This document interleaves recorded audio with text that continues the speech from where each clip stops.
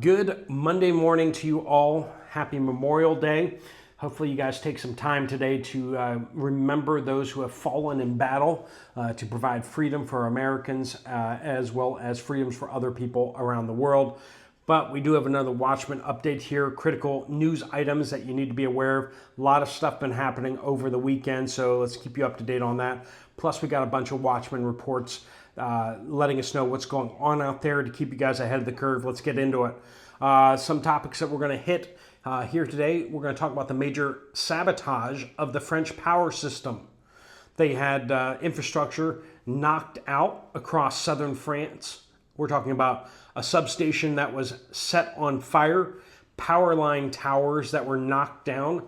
It's kind of troubling when you get into it, and we will. Twitter going down, plus big news in steel, and Mpox, the nasty disease, is back. And electric meter shenanigans reported by the Watchman community and more. Let's get into it. Welcome to the Poplar Report. I'm Steve Poplar. I'm an accountant by trade, and these are your updates that you guys are sending in from all over. If you have something to share, make sure you use the word update somewhere in your comment. That gets it to the right place. Appreciate all of you who make this possible. We also want to thank our sponsor, Genesis Gold Group, who makes it possible as well. If you want to check out Jonathan and his team, if you want to ask them some questions, there'll be a link at the end of the video. Just tap on the button and then fill out your information, and then they will get in contact with you, answer your questions. No obligations to move forward with them. If you do reach out to the Genesis Gold Group directly, make sure you mention this channel so they waive the setup fee, and make sure you actually write Genesis Gold Group. There's like another Genesis Gold out there that you don't want. Anyway, let's see here. We got this major power outage in southern France. Now this happened during the Cannes Festival, their film festival where they celebrate all sorts of abominations and such called art. Anyway, they had a power outage there, and once they started digging into what happened, well, they had a power substation that was set on fire. And sure, it looks like sabotage because it was arsonated, right? This was done intentionally, and part of the reason why we know it was intentional is because they also took down multiple power pylons.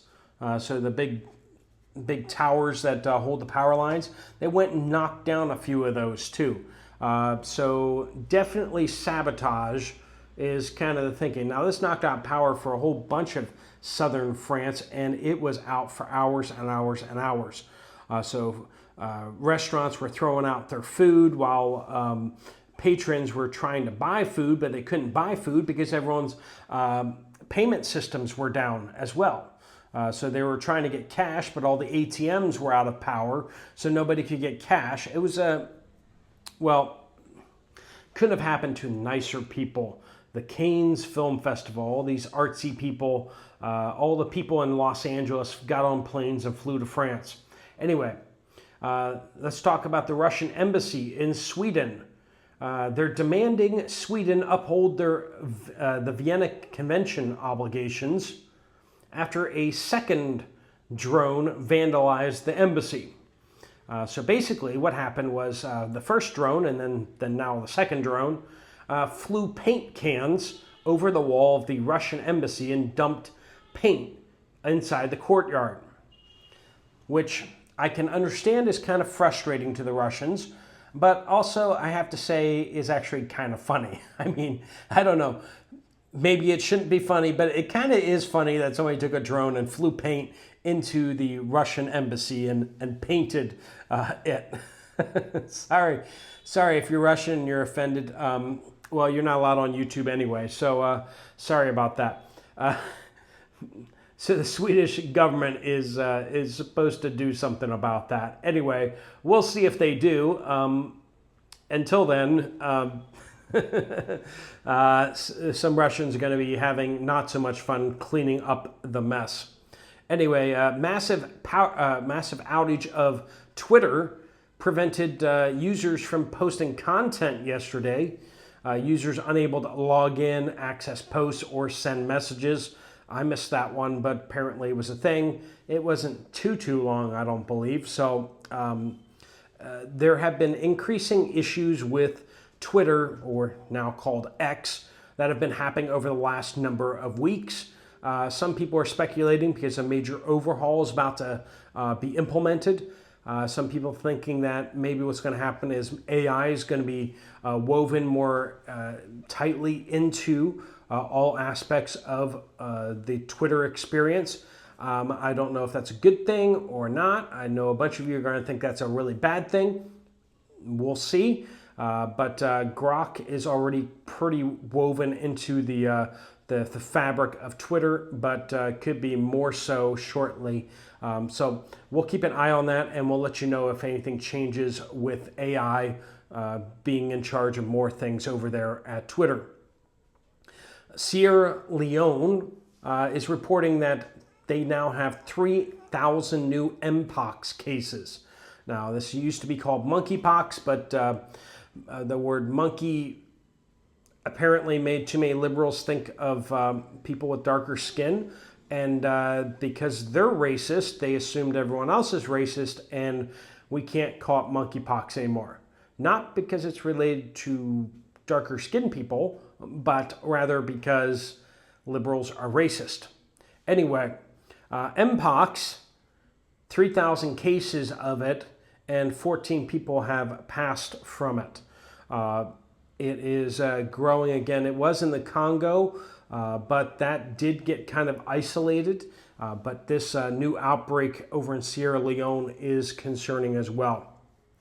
We'll keep an eye on that and let you know if it spreads to any first world countries that are going to potentially threaten you guys. Trump approves a partnership on Friday between Nippon Steel and U.S. Steel. Now, this Japanese steelmaker, basically trying to buy U.S. Steel, did make an agreement that they would keep U.S. Steel in the United States and that they would make massive investments in the steel plants in the U.S. Trump is hailing this as a win, but a lot of people are actually saying what this really signals is that the Trump administration is getting close to a Japanese trade deal. With the tariffs, we've been moving towards trade deals, and they've been pretty tight-lipped about that, but people believe that this deal is actually part of the Japanese trade deal, and that's why this is being announced right now. It's going to come out that the Japanese trade deal is going to be announced next week, so you might want to start be thinking about how that might impact the markets if you're in the markets, it's definitely not good for some companies, steel companies in the U.S. that are not United States steel, or at least in the short term, it's pretty bad. Like Cleveland Cliffs was hammered pretty hard. Nucor got hit pretty hard, and some of the other U.S. steel companies also got hit. Report from You Are in Denial says in Mercer County, Pennsylvania, ground beef $5.50 a pound, up for about 10 cents in just the last couple weeks. Ty says, Savannah, Georgia. I started to use a CPAP for a breathing machine, right? When I was a truck driver and was required to take a printout of the CPAP data to my DOT physical. When I went on disability 3 years ago, only my doctor needed my data. I got a new machine on a recall. The new machine has Wi-Fi data. Now my sleep doctor wants me to pay $30 a month for reading my data. And they want to call me and give me the results to tell me how much I have or have not been using the machine. The Department of Transportation requires you to prove that you use the machine 4 hours a night, but now I have no one to report to. I can't sleep without the machine though, so this is useless information to me. They're just using this as another income stream. In the medical industry, people just doing that to make money? I can't believe that. That's too far beyond the pale. Everyone in the medical community is absolutely doing it only for altruistic reasons. Sarcasm. Sarcasm for those of you who didn't pick up on that. Mona says, needed to do suspension repairs on my vehicle. Ordered a set of leaf springs. I got 2 different shipments, one from FedEx and one from UPS, from different warehouses. They are visually different. One had a factory decal, the other had a paper sticker dated a year ago, written in French, with the same part number but a sister company. You got to watch these sellers. They don't always send what they're saying they're going to send. You got to make sure that it matches up, that you're getting what you're actually ordering. Diane says, I started buying orange juice again recently at my local upper Michigan grocery store. I hadn't bought orange juice for a while because it tasted sour and had an off taste. This week, I finally bought some orange juice again. Give it another chance. But it was even worse. It tasted sour and spoiled, but it did not expire until June 28th. I will take extra vitamin C instead of buying this orange juice. Yeah, well, they're mixing in a lot of bitter oranges, and they have different qualities of oranges, and ones that are sweeter than other ones, and they just don't have enough sweet ones. So what they're doing is they're mixing in more bitter ones. We had some industry insiders giving us the scoop on that just a month or 2 ago. So that's exactly what's happening. They're bringing more cheap oranges from overseas that are bitter to mix in with the Florida oranges that actually are sweet. Joan says people in upstate New York want to sell their properties as they've had nothing but rain for 3 to 5 days per week. It's just raining, and cold weather. Why move and where to move? Here in Western North Carolina, we've had at least 3 days a week of rain per week. One day we're adding blankets to our beds and then removing them due to either low 40s or upper 70s. So fluctuations in weather. Last evening I had to get a wood fire going in the fireplace to get the chill out of the house. Even the weather is fickle these days, like the world governments. Yeah, where can you go? Well, yeah, you got to go all the way down to Florida, but then you got to deal with other things like alligators and giant snakes and all that hot weather. Anyway, Writing Benjamin says, I have also had issues with ordering things. For the past month, every single time I ordered items from Amazon, some of them get lost, as their tracking shows just being in transit forever. I have never spent so much time chatting with Amazon to get replacements in my life. What's odd is that they will blame severe weather, but when they send replacements, they show up the next day. Yeah, it's not possible. And then they do it. And it's just like, oh, well, now it's possible. But then why wasn't it possible before? Anyway, Scott in Louisiana says, about a month ago or so, we got our new electric meters. Yes, wonderful smart meters. Now suddenly we're getting emails telling us we're on track for higher electric bills. Isn't that coincidental? My email told me that I will be on track for a 39% higher electric use compared to the same time last year. Big changes? No, not really.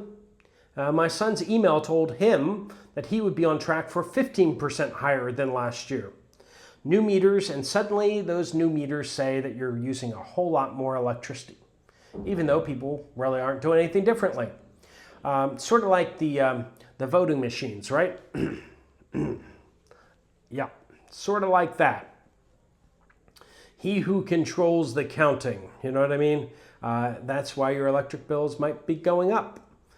Paula says Nestle's rich milk chocolate flavor cocoa mix, 27.7 ounce on May 9th was $6.62.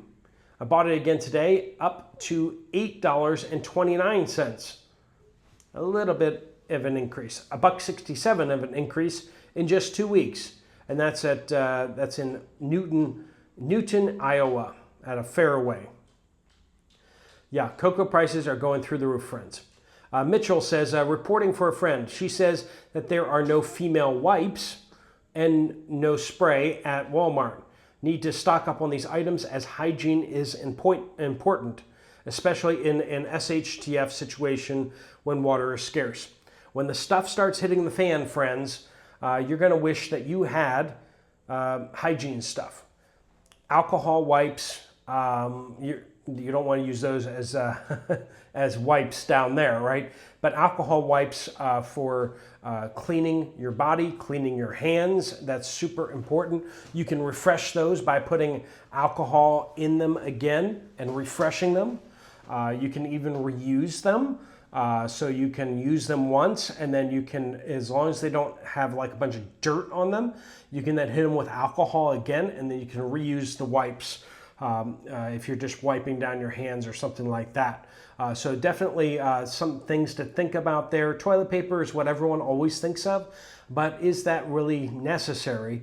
There are lots of strategies that I've seen around the world, including using water to clean yourself back there without actually using using paper, right?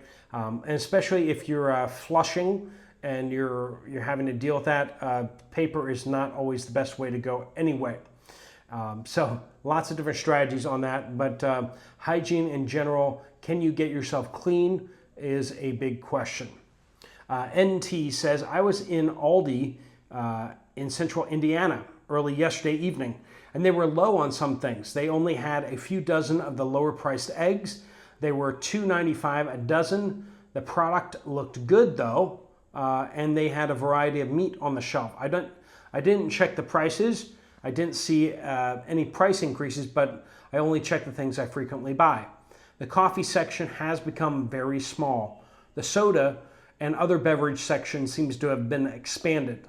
The wine section has shrunk. I watched a few people while I was shopping who seemed to be very careful about what they were buying.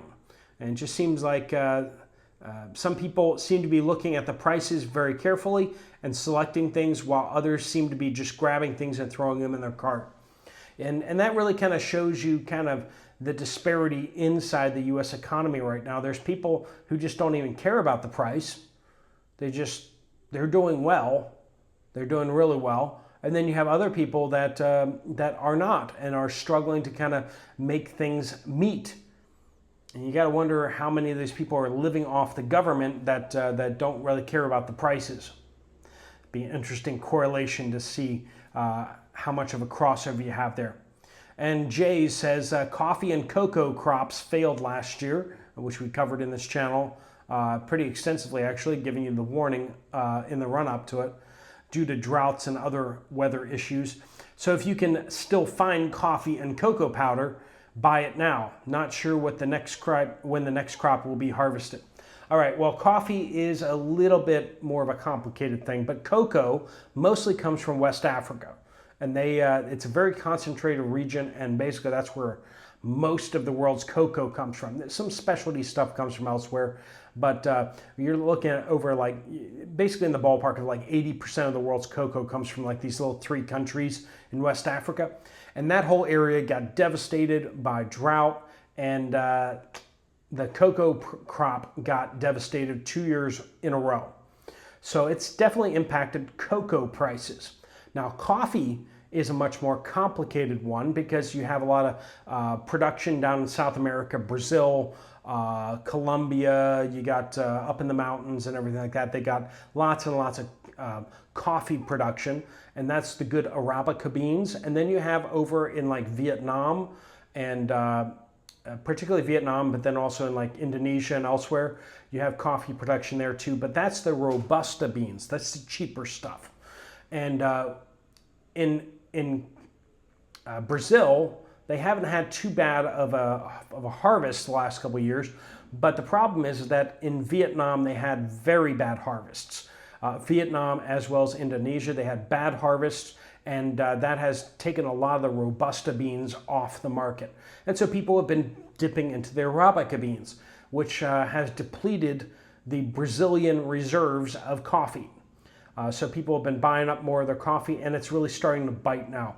Basically, Brazil ran out of coffee because so many people were buying it up. They ran out of coffee before their next harvest. So I believe their next harvest is kind of soonish. It's like around now sometime. So we should start seeing their coffee reserves get replenished. But we need to see some turnaround over in Vietnam and Indonesia for this to be a long-term fix. All right, friends, keep your heads down, keep plowing forward, keep getting stocked up, keep sending in your reports. If you want to find out more about Genesis Gold, about what you can do with your retirement account, there's a link right there on the screen for you to check out.